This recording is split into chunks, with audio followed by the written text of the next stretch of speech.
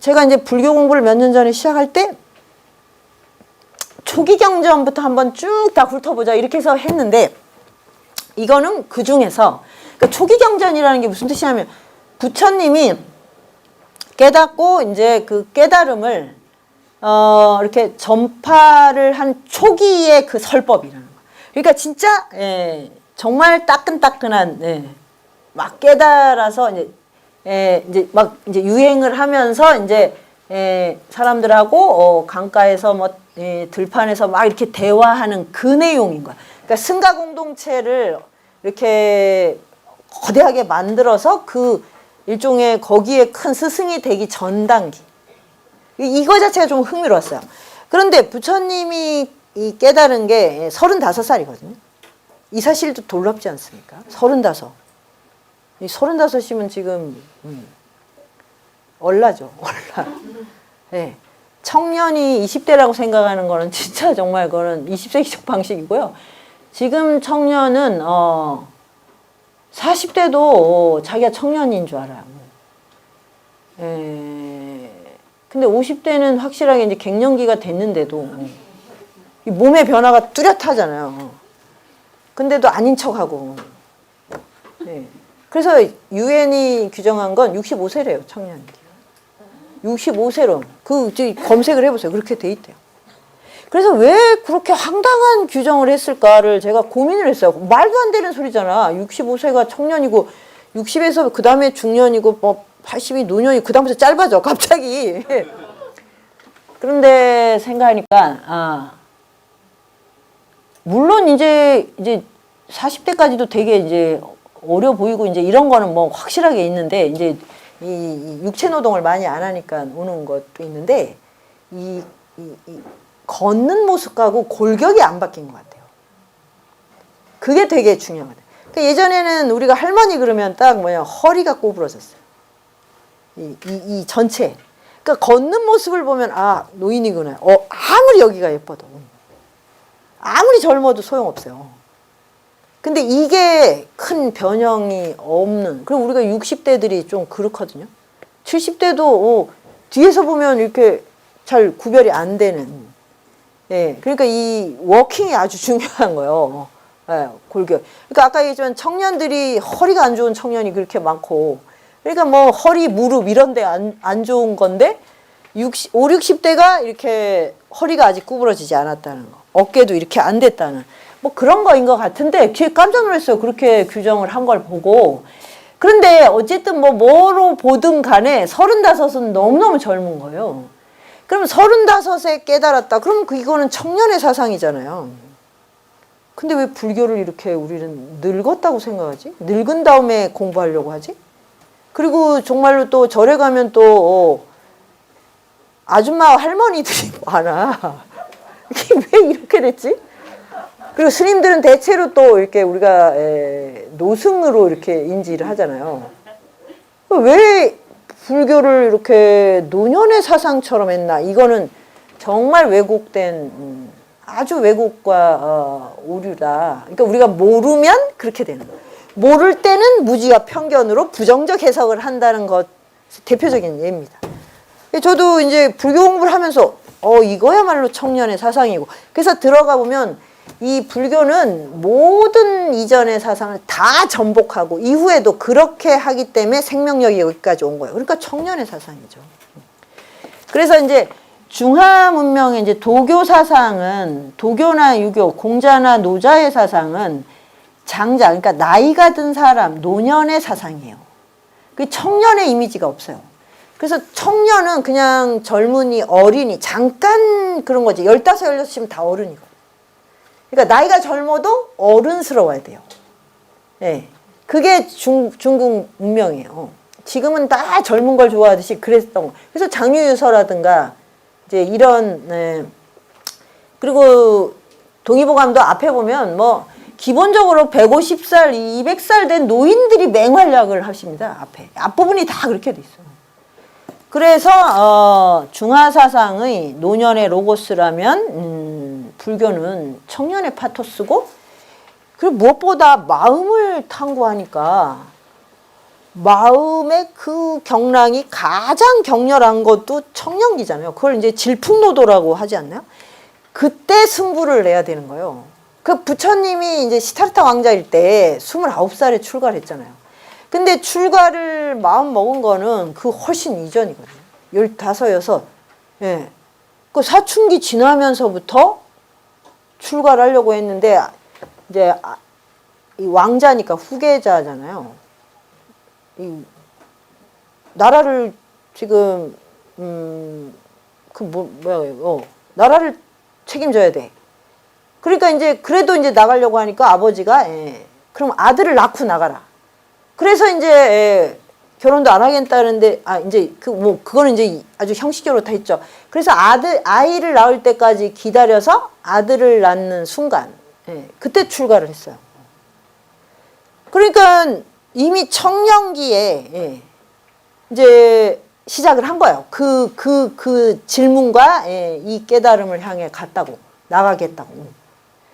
그러니까 이제 그 얘기는 이제 차츰 하겠지만, 하여튼 그러니까 얼마나 이 마음이 격렬했겠습니까? 그거를 해치고 나가서 6년간의 고행과 이제 온갖 요가 수행을 거쳐, 그때도 그러니까 30대잖아요. 가장 젊어서 혈기왕성할 때. 그걸 해가지고 자기 마음을 완전하게 평정하는 그 길을 터득한 거예요. 그게 붓다가 되는 순간이에요. 그게 보리스나무에서 깨닫는다. 바로 그걸 깨달은 거예요. 근데 이게 자기한테만 적용되는 게 아니라 모든 인간이 해방되는 길을 찾았다. 그래서 정말 너무너무 기뻐합니다. 그래서 불교는 우리가 알면 막 허무와 정멸의 사상이라고 또 착각과 오해를 하고 있죠. 모르면 이제 무식하면 막 그렇게 생각하는 거야. 근데 저도 그냥 좀 약간 너무 정적이다 이런 느낌이 있었는데, 그리고 왠지 인생을 슬프고 막 비관적으로만 생각할 것 같고 이러잖아요. 여러분도 막연히 불교는 세상을 괴로움이라고 여기니까 뭐 좀 비관주의 있고 막 이렇게 생각을 하실 거예요, 아마. 공부를 안 했다면 저처럼 그랬을 거예요. 그런데 이 깨달은 뒤에 오는 환희가 정말 이런 절대적 환희는 정말 어디에도 없어요. 어떤 고전에도 없고 어떤 이 세상에 붓다 이전에는 이런 절대적 환희를 느껴보지 못했어요. 그래서 무려 49일 동안 그 자기가 깨달은 걸 복습, 앞으로 복습, 뒤로 복습을 하는 49일 동안을 삼매에 들어있었어요. 세상이 얼마나 기뻤어요. 이렇게 생각해도 저렇게 해서 완전히 너무너무 기쁜 거야.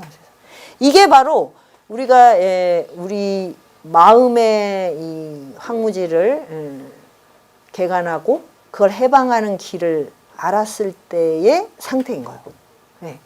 그러면 반대로 그렇지 않을 때는 어떻게 하냐.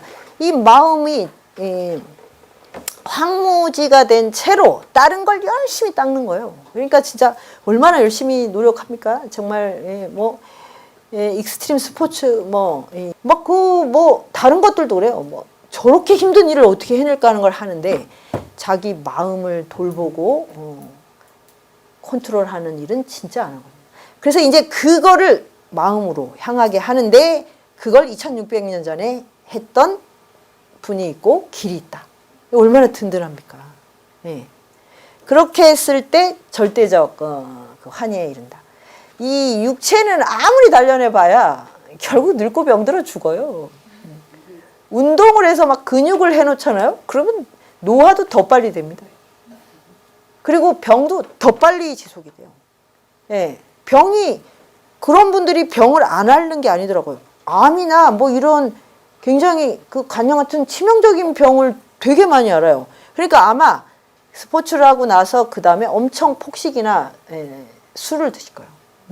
그러니까 이게 몸이 쉬지를 못하는 거지. 그래서 병이 딱 생기면 그 익스트림 스포츠 한 것만큼 병이 속도가 빨라요.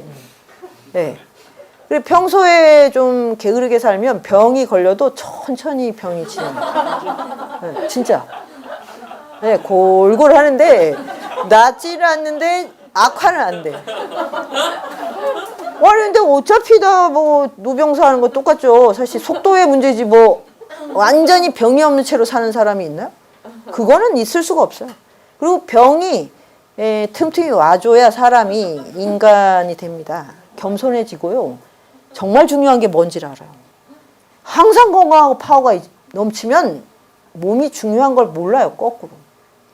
그래서 막 자기 확장을 해요.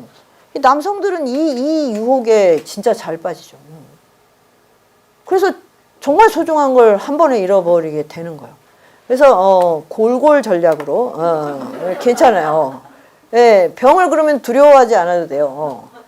막 가서 막 검사를 빨리 할 필요도 없어요. 왜냐? 어차피 병은 뭐 천천히 진행이 될 거기 때문에 일단 내 몸을 잘 돌보고 병과 함께 공존하는 리듬을 만들자. 그러면 늙어서 병들어도 이 일상을 유지할 수 있잖아요. 삶이 있다고, 삶이.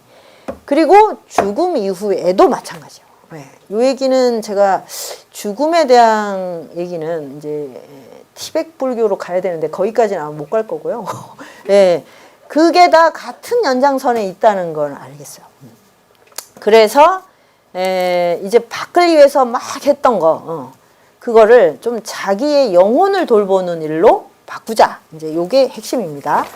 자, 그래서 이제 요거 이제 앞으로 이제 동의보감의 핵심 개념하고 그래서 그걸 통해서 몸과 소통하고 수타니파타에 나오는 이제 아주 핵심 구절들을 가지고 이제 마음을 탐구하는 거를 이제 같이 해보도록 하겠습니다. 아무튼 그래서 제가 읽고 설명을 드릴게요. 그러니까 이거는 유명한 구절인데 손진인이라는 분이 동의보감 제일 앞 페이지에 이 몸과 우주가 하나다 이런 거죠. 하늘에 해와 달이 있듯이 사람에게는 두 눈이 있고 하늘에 밤과 낮이 있듯이 사람은 잠이 들고 깨어난다. 그러니까 밤과 낮이 있기 때문에 낮에 활동하고 밤에 자야 되는 거예요. 하늘에 우레와 번개가 있듯이 사람에게 희노가 있고 희노애락이 있고 하늘에 비와 이슬이 있듯이 사람에게는 눈물과 콧물이 있다. 그 눈물 콧물 날 때 이게 이슬이라고 생각하고 절대 버리지 말고 다 정이라고 말해요. 정. 우리 안에 나오는 이 그 물질적 이 액체 있잖아요. 이거는 다 우리 안에 진액이에요. 침도 삼키지 말라고. 침도 뱉지 말라고. 침은 꾹꾹꾹꾹 삼키셔야 됩니다. 하늘에 음양이 있듯이 사람에게는 한열. 그러니까 춥고 덥고 이게 있고 땅에 샘물이 있듯이 사람에게는 혈액이 있다. 땅에서 풀과 나무가 자라나듯 사람에게는 모발이 생겨나고 땅 속에 금석이 묻혀 있듯이 사람에게는 치아가 있다. 그래서 이런 걸 적용을 하면 그러니까 이 땅에 풀과 나무인데 이 풀과 나무가 잘 자라려면 어떻게 해야 돼요? 땅이 단단하고 물이 잘 공급이 돼야죠. 그래야지 비옥해서 자라잖아. 그게 왜 머리 빠지는 거 엄청 고민하시잖아요. 남성들 진짜 이 모발 때문에 아주 그냥 번뇌가 장난이 아닌데 여기에 이 머리 숱을 지키려면 어떻게 해야 돼요? 물이 두피 관리 잘해야 돼요? 진짜 당황스럽네. 여기에 물이 공급돼야 돼요. 머리까지. 근데 머리에 물이 공급되려면 신장에서 올라가야 되거든요. 내 몸에 진액이 충분해야 돼요. 그러면 여기 가야 돼요. 이걸 못 가면 여기가 어떻게 되는 거예요? 가물었을 때처럼 될 거 아니야. 풀과 나무. 가뭄이 들면 어떻게 돼요? 이렇게 쑥쑥 뽑히잖아요. 그 여기를 뜨겁게 하면 안 된다고. 이게 모자 같은 거가 안 좋은 게 이게 모자 같은 걸 쓰면 여기가 뜨거워지거든요. 내부의 열이 또 더 무섭죠, 사실. 바깥보다. 열받는 일을 하면 안 되지. 그러니까 머리를 그렇게 소중히 여기는데 막 술과 폭식을 한다. 이거는 진짜 말도 안 되는 거예요. 머리가 다 빠지죠, 그렇게 되면. 하여튼 이게 여기서 다 이치가 나와요. 그러면 이제 치아가 있다. 치아가 단단해지려면 이 금석이 묻혀 있는 모양을 보면 되는 거예요. 이렇게 다 유추를 합니다, 사실. 이 모든 것은 사대는 이제 불교에서 말하는 몸이에요. 지수화풍, 오상, 인의, 예지신 이런 것들을 바탕으로 잠시 형을 빚어놓은 것이다. 여기서 제일 중요한 것은 잠시 형을 빚어놓다. 우리는 영원한 존재가 아니고 절대적 존재가 아니라는 거예요. 잠시 우리는 이 몸으로 이 시간 안에 여기에 머무르는 거예요. 근데 이 몸도 계속 변하잖아요. 그러니까 이 몸에 대한 집착으로 자기를 힘들게 하지 말라는 거예요. 잠시 머무르는 거예요. 그런데 이제 이거를 나의 자아라고 생각을 하면 견디지를 못하는 거예요. 타인의 시선, 타인의 말 한마디. 예. 자, 이제 요 내용 잘 주지하시고, 그 다음에 이제 이 수타니파타, 이게 아주 그 유명한 구절 중에 하나인데, 이것 때문에 유명해졌어요. 요 구절. 소리에 놀라지 않는 사자같이, 그물에 걸리지 않는 바람같이, 진흙에 물들지 않는 연꽃같이, 무소의 뿔처럼 혼자서 가라. 무소의 뿔처럼 혼자서 가라. 되게 멋있잖아요. 근데 무소를 우리가 본 적이 없죠. 뿔이 어떻게 생겼는지 몰라요. 그런데 혼자서 가라가 무슨 뜻이지? 고독하게 가라는 거야? 아무하고도 만나지 말라는 거야? 이게 쉬운 말이 아니에요. 근데 이 앞에 설명을 해놨잖아요. 소리에 놀라지 않는 사자같이. 사자는 소리에 놀라지 않는데요. 꼬마 아기 때부터. 새끼 때. 예. 그러니까 사자는 두려움이 없는 건데, 근데 문제는 뭐예요? 사자를 보면 다 두려워하잖아. 그래서 걔는 해탈이 안 되는 거예요.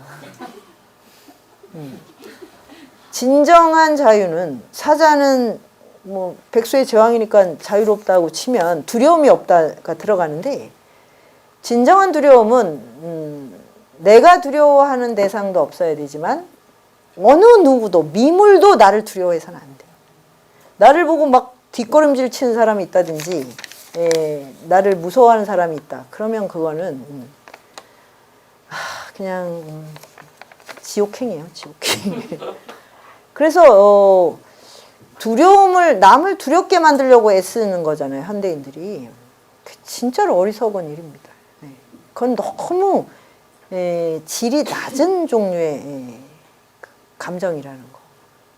그거를 잊지 마시고, 그물에 걸리지 않는 바람같이, 바람은 자유로운데 그물을 빠져나갈 수 있죠. 근데 이 그물이, 자기가 친 그물이 너무너무 많은 거죠. 그래서 온 하늘을 못 봐. 그물을 너무 쳐서. 어떤 그물을 쳤을까? 이제 이걸 질문해야 되고, 진흙에 물들지 않는 연꽃같이, 그 연꽃은 청정하다는데 진흙 속에서만 핀다는 거 아니에요?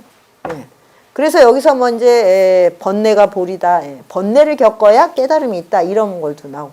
그러니까 번뇌가 없는, 그냥 왜 이렇게 은둔과 그 공중부양 속에서의 그 깨달음은 진짜 깨달음이 아닌 거예요.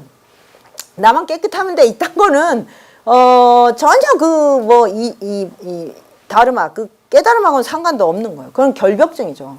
자기 혼자만 깔끔하겠다고 하는 거. 진흙 속에서 청정해야 돼요. 그러니까 이런 것들이 하나하나가 다 진짜 화두구나. 이걸 하나 진짜 우리가 곱씹고 따져보고 자기에게 물어보고 이렇게 해야 되는 것들입니다. 그런데 이제 이것만 있는 게 아니라, 모든 사유를 불살라 남김없이 안으로 잘 제거한 수행승은 마치 뱀이 묵은 허물을 벗어버린 것처럼 이 세상도 저 세상도 다 버린다. 사유를 불살라가 뭐지? 사유를 불사른다가 뭘까? 이제 이것도 그렇고, 뱀이 묵은 허물을 벗어버린다. 이 존재를 탈바꿈하는 거죠. 근데 이 세상도 저 세상도 다 버린다가 뭐지? 이 세상 저 세상 버리면 어디서 살아? 자, 이제 다 고민을 해오세요. 퀴즈입니다. 퀴즈. 불법 퀴즈. 불교. 이것이 내게 고뇌이고 종기이고 재난이며 질병이고 화살이고 공포다. 욕망의 가닥들에서 이러한 두려움을 보고 무소의 뿔처럼 혼자서 가라. 그 욕망의 가닥이 종기고 재난이고 질병이고 화살이고 공포다. 이 비유 하나하나가 또 정확하게 겨냥하는 바가 있어요. 그냥 막 이미지가 아니에요. 그냥 막 수사학을 하는 게 아니고. 자, 그래서 조별 토론은 당부가 못하지만 일주일에 이 양이 얼마 안 되잖아요. 요 정도는 외우세요. 그리고 외워야 이걸 자꾸 생각을 하게 돼요. 그래서 어느 순간에 이렇게 머리에서 뭐가 왜 전기불이 반짝 오듯이 이건가? 이런 느낌이 올 수 있어요. 그렇게 해서 그러면 이제 우리가 조별 모임을 편안하게 하게 될 때 이제 이렇게 암송을 해보는 거죠. 그런 날이 올 때까지. 자, 오늘은 여기까지 마치겠습니다.